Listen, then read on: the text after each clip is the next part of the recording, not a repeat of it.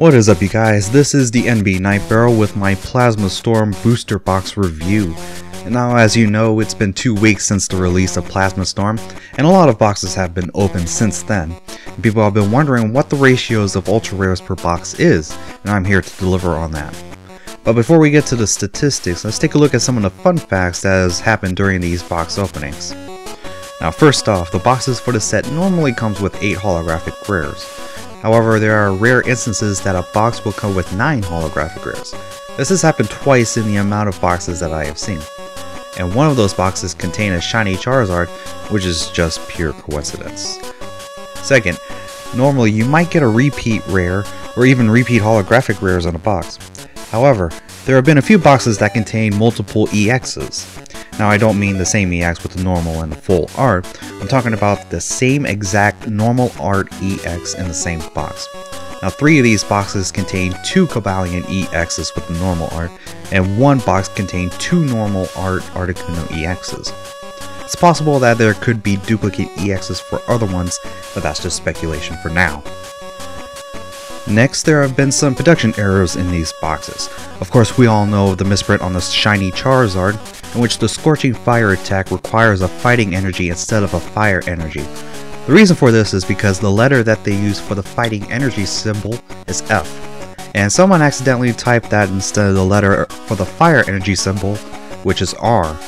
We don't know when the corrected version will come out, so get your hands on one before they stop production of the error card. Another case is that few of the cards in some of the packs were upside down. You can find these in the box opening videos that Cat's Meowth or the Pokemon Tins made. Now, it doesn't necessarily directly mean that something good will come from those packs, but what exactly happened during the packaging for these packs we probably won't know. Now, there have also been cards that have been miscut along the card edges. Normally, when they're miscut, it's no more than about 1/8 of an inch off. But this one box opening done by Pokemon Tins, some of the uncommons in the packs were miscut by as much as 1/4 of an inch off the top of the card, which is basically almost all of the border of the card. Here's a link to the video to show these miscuts. Now, to a bit of the dark side with these production errors. There have been one box opened by one Gizmo Rocks that unfortunately only had 2 ultra rares in it, along with the 8 holo rares.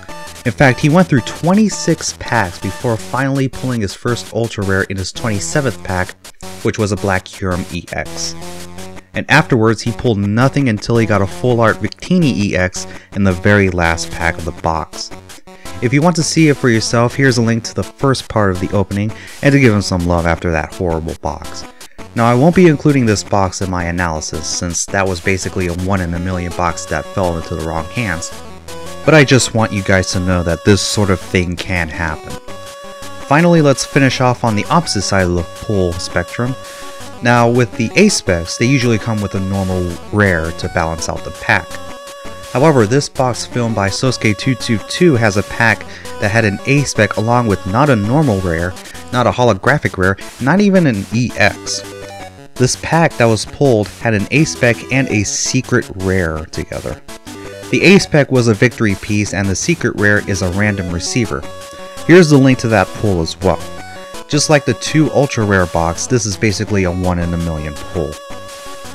Now, to what you've been waiting for, the ratio statistics of Plasma Storm booster boxes. This is taken from a sample size of 63 booster boxes found throughout YouTube. And trust me, watching 63 box opening videos can get a little tiring. So let's start with the number of ultra rares that you can get from a box. These include EXs, full art EXs, A-Specs, and secret rares. The number of ultra rares per box turn out to be about 5.5. As we can see, it's pretty much dead even between 5 and 6 ultra rares at just under 43% each, with 7 ultra rares at just under 8% and 4 ultra rares just about 6 1/3%. Next, we have our EXs. These include both the regular art and the full art versions.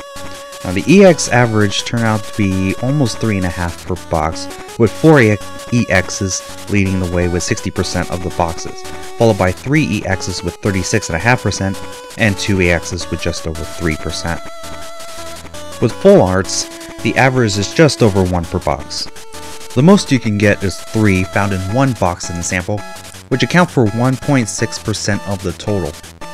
2 full arts come in at 28.5%, 1 EX for just under 44.5%, and finally 0 full arts in a box come in at just over a quarter of the total boxes. Since there's only 5 full arts in this set this time around, it shouldn't be surprising to see these numbers. Now let's move on to the A-specs, which average at about 1.5 per box. It is possible to get all 3 A-specs in the same box, which account for 6 1/3% of the sample size. Coincidentally, you have an equal chance to not get any A-specs at all. Getting 2 A-specs barely edged out getting 1 by about 5%, so expect to get either 1 or 2 from your box. And now onto secret rares. The odds of getting a secret rare in your box is just over 30%, or in layman's terms basically 1 in 3 boxes as many people suggest.